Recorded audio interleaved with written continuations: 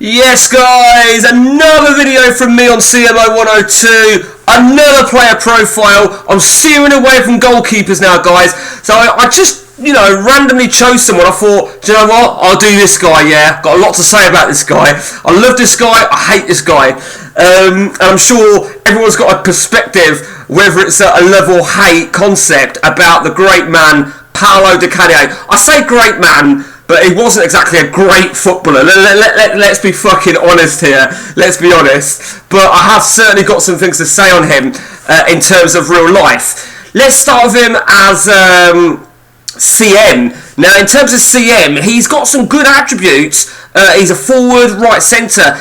And if you're looking for his regen, balance, bravery 8-9, flair 20. So he's got that flair, which is massive. Even foot as well. So and he's certainly got the credentials to play as the out-and-out striker, in my opinion. I can't say I've had him too many times, if I'm truly honest with you. But if I remember rightly, I think when I start as a little club, I don't think he gets used that much at West Ham, and he only starts on a one-year deal, as you can see. I see him available to join me. If I'm a little club like Rushden, Peterborough, little club, Rushden with all the money, he's always interested. But because of his age, it doesn't appeal to me. He starts the game, as you can see, as a 33-year-old. So, if you know anything more about how he flares up in the game, share it with us. Let me know. In terms of him as a real footballer, well, what's the first thing that comes to mind when you say Paulo Di Canio? What is the very first thing? It has to be, realistically, the incident for Sheffield Wednesday when he pushed over the referee, and I think he got given a 10-game ban for it, to be honest. Yeah, but do you know what, right? I always remember that so well, and I'll tell you the reason I remember this so well is because I actually followed Sheffield Wednesday for a period of time in my life for some reason, and it was about that sort of time. The reason I followed Sheffield Wednesday, I was a big fan of Chris Waddle, and I always used to sort of follow him. And I distinctly remember watching that game, yeah. And whilst I don't personally believe he pushed the referee to push him over, I think it was more like a nudge. But the referee lost his balance. And the one thing that sticks out to me, it was against Arsenal, which they went on to win anyway. And as he was going off, yeah, mouthing off, probably in Italian, Nigel Winterburn, right? Now you should YouTube this, right? Nigel Winterburn was gobbing off as Di Canio was walking off, right? He was like, Di Canio's walking off, Mamma Mia, and you got Nigel Winterburn having a go, and then for a split second, Di Canio turned round. He turned round, almost, like he was going to fucking smack him or whatever, and you see Winterburn absolutely shit himself. It was fucking priceless, it really was. He was at Wednesday for 2 years until 1999, and he sort of almost, he actually had a good run at West Ham, where he starts in the game, also. He actually had a good run, I think there's no doubt about that. He stayed at West Ham for another 2 seasons after this, and to be fair, I even think maybe for a little period of time Man United were linked with him. You know when Man United brought Sheringham in the last stages of his career, I'm sure they were linked with Di Canio as well. I think Di Canio, a bit like Cantona really, Di Canio, he became a role model almost. I think he learned sort of the hard way. But Sheffield Wednesday 40 odd appearances, West Ham 118 appearances. He didn't finish there though. He went to Lazio. He went to Charlton after West Ham, and then Lazio. He was still at Lazio 3 years later. So 36, 37, he was still at Lazio, which is pretty fucking remarkable, in all honesty. And then, of course, he went to Atletico Roma. That's not AS Roma, is it? I'm just double checking that this isn't AS Roma, is it? I just thought I'm gonna have to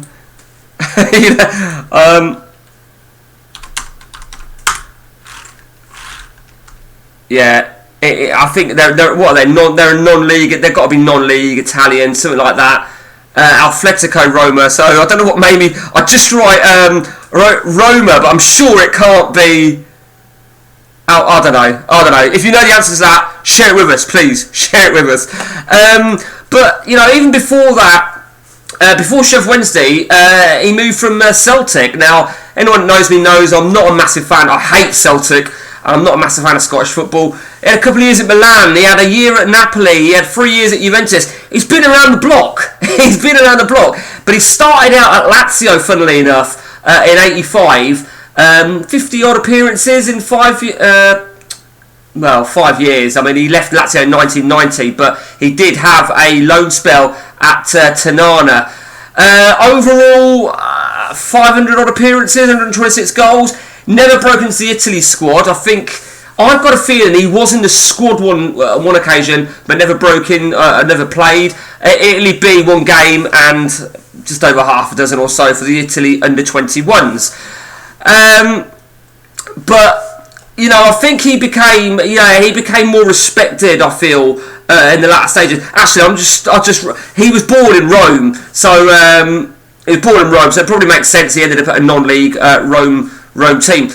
Now, there was another thing, and I watched this recently, funnily enough, on YouTube. It was like videos of respect or some shit like that. And I think it was West Ham where somebody went down and West Ham had a chance to score, but he kicked it out of play in order for this player to receive treatment. Obviously, he gained a lot of respect from that. And it's funny, really, because at the time I thought he was a complete cunt. And I actually got a bit more respect for him, but I'm actually from Italian descent, so it's an Italian trait to sort of like shout your mouth off and swear. You probably already worked that out. So I don't know. I just feel he got better with age, really. A bit like Chris Waddle. I told you I followed Chris Waddle. He did genuinely get better with age. So yeah. It's an interesting one. I'm trying to think what else, if there was anything else that I wrote notes on. I wrote notes on all sorts of shit, to be honest with you. His big valued move was actually the move to Sheffield Wednesday, which was just over £4 million, which of course you've got to think to yourself, right, £4 million is fuck all at the minute, but let's just have a check. So £4 million in 1997 was a good move. And I wrote 10-game ban, but I've got a feeling it was extended to 11 or 12. I'm not sure. But the fine, now I don't know, I thought I read this wrong, but he was only fined 10 grand. Can you imagine nowadays if a player pushes a referee over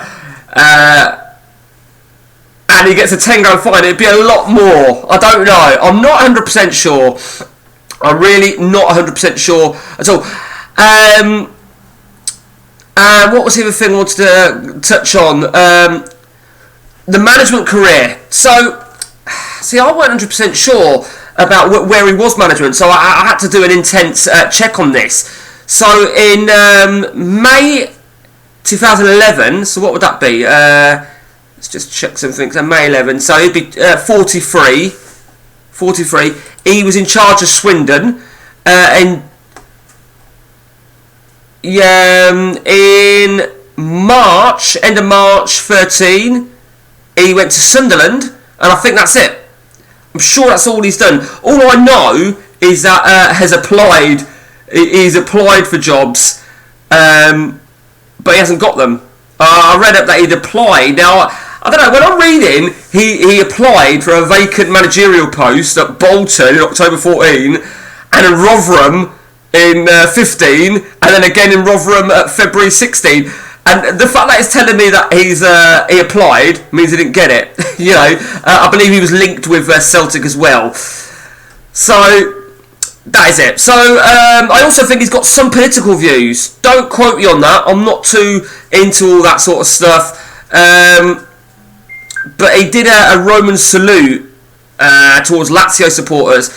It's a gesture adopted by fascist Italian ones, which surprises me, given the fact he started at Lazio. So, I don't know.